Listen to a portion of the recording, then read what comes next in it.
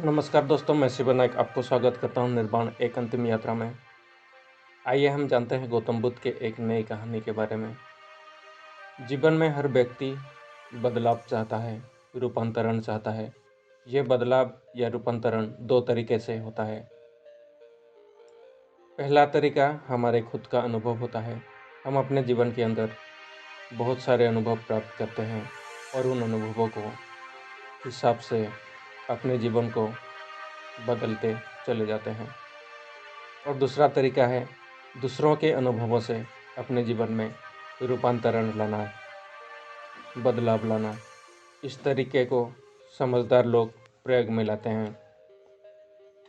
वो लोग ये बात समझ पाते हैं कि हमारे पास समय बहुत कम है और अनुभव करने के लिए बहुत सारी चीज़ें हैं। इसलिए वो अपने जीवन के अनुभवों के साथ साथ दूसरे लोगों के जीवन के अनुभवों के से भी सीखना चाहते हैं। तो चलिए आज हम बुद्ध के जीवन की एक और जीवन बदल देने वाली कहानी से अनमोल ज्ञान प्राप्त कर अपने जीवन को बदलने का प्रयास करते हैं। एक बार की बात है, एक बौद्ध भिक्षु भिक्षा लेने के लिए एक गांव में प्रवेश करता है। जैसे ही वो भिक्षु भिक्षा के लिए गांव में प्रवेश करता है, सभी लोग उसे घूर घूर कर देखने लगते हैं। वो भिक्षु कुछ और आगे चलता है, लोग भी उस भिक्षु के पीछे पीछे चलने लगते हैं।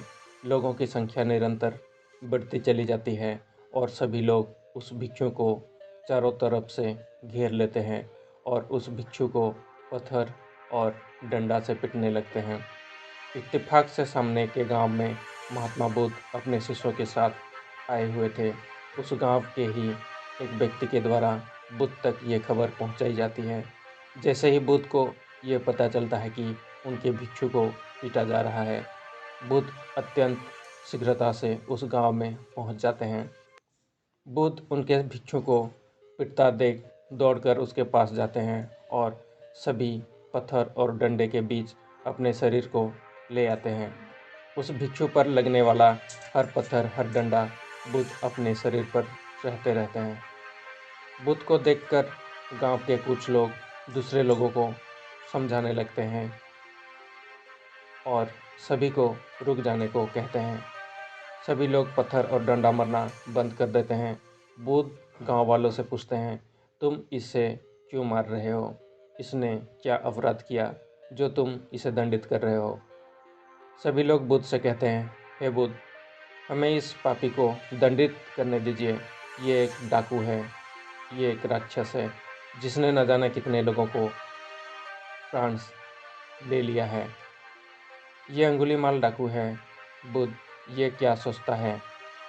भिक्षु बनकर हमसे बच जाएगा, हम इसे जीवित नहीं छोड़ेंगे। कृपा कर आप हमारे समक्ष से हट जाइए, हमें इसे दंड देने दीजिए।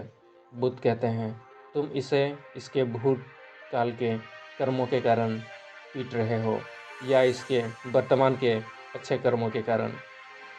तुम कहते हो इसने बहुत सारे लोगों के प्राण लिए हैं। हाँ, ये एक खतरनाक डाकू था, पर क्या तुम अब इसके भीतर बदलाव नहीं देख पा रहे हो? क्या तुम ये नहीं देख पा रहे हैं कि ये इतनी देर से तुम्हारी मार सह रहा है?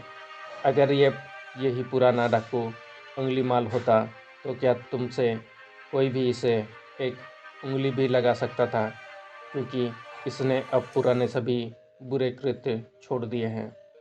इसका मन व व्यवहार पूर्णतः बदल चुका है। ये एक नेक रास्ते पर है, इसलिए ये चुपचाप तुम्हारे प्रत्येक प्रहार को सह रहा है। अगर ये वही पुराना अंगुलीमाल होता तो अब तक शायद ही आप में से यहाँ कोई जीवित बचता। अब स्वयं विचार करें, आपके इतना अत्याचार करने पर भी ये बिना कोई अपशब्द बोले या प्रतिक्रिया दिए चुपचाप यहाँ सहन कर रहा है। आप अपना क्रोध भूतकाल की घटनाओं को याद करके उतार रहे हैं, जिसका कोई लाभ नहीं है, क्योंकि आपके ऐसा करने से वो लोग वापस नहीं लाए जा सकते जो उंगलीमाल की वजह से मृत्यु को प्राप्त हुए हैं। तो क्यों अपनी ऊर्जा व्यर्थ कर रहे हैं? बुद्ध का वो भिक्षु जो पहले डाकू उंगलीमाल नाम से प्रसिद्ध था, वो कहता है, बुद्ध, आप मुझे इन्हें मार लेने दीजिए जब तक इनका क्रोध शांत न हो जाए। मैं जानता हूँ कि भूतकाल में जो कुकर्म मैंने किए हैं उसकी भरपाई मेरी मृत्यु से भी नहीं होगी। भयंकर डाकू उंगलीमाल के मुंह से ऐसी बातें सुन हाथों में पत्थर लाठी लिए लोग खुद ही शर्मिंदा हो गए और उनके हाथ से लाठी पत्थर छूटकर जमीन पर गिर गए। सभी हाथ जोड़े बुद्ध के सामने खड़े हो गए। दोस्तों, जीवन में बदलाव लाया जा सकता है। वक्त के साथ साथ जीवन में सकारात्मक बदलाव आवश्यक है, पर बदलाव के बाद आने वाली समस्याओं के कारण दोबारा से वही बन जाना जो आप पहले थे, ये एक बहुत बड़ी गलती है। किस्मत कई बार मौका देता है सुधरने का, और ईश्वर जीवन में ऐसी परिस्थितियां लाकर उसे परखते रहते हैं। आपको एक बात हमेशा याद रखनी चाहिए कि आपने अपने जीवन में बदलाव अपने कारण लाया है या फिर दूसरे व्यक्ति को देखकर लाया है। इंसान के मन की आत्मग्लानि एक दिन उसे जरूर बदल देगी। हम गलत मार्ग पर तब तक ही चलते रहते हैं जब तक हमारे मन में अज्ञानता का, गलत संगत का और गलत फहमी का पर्दा पड़ा होता है। तो दोस्तों, ये कहानी आपको ज़रूर ही पसंद आई होगी।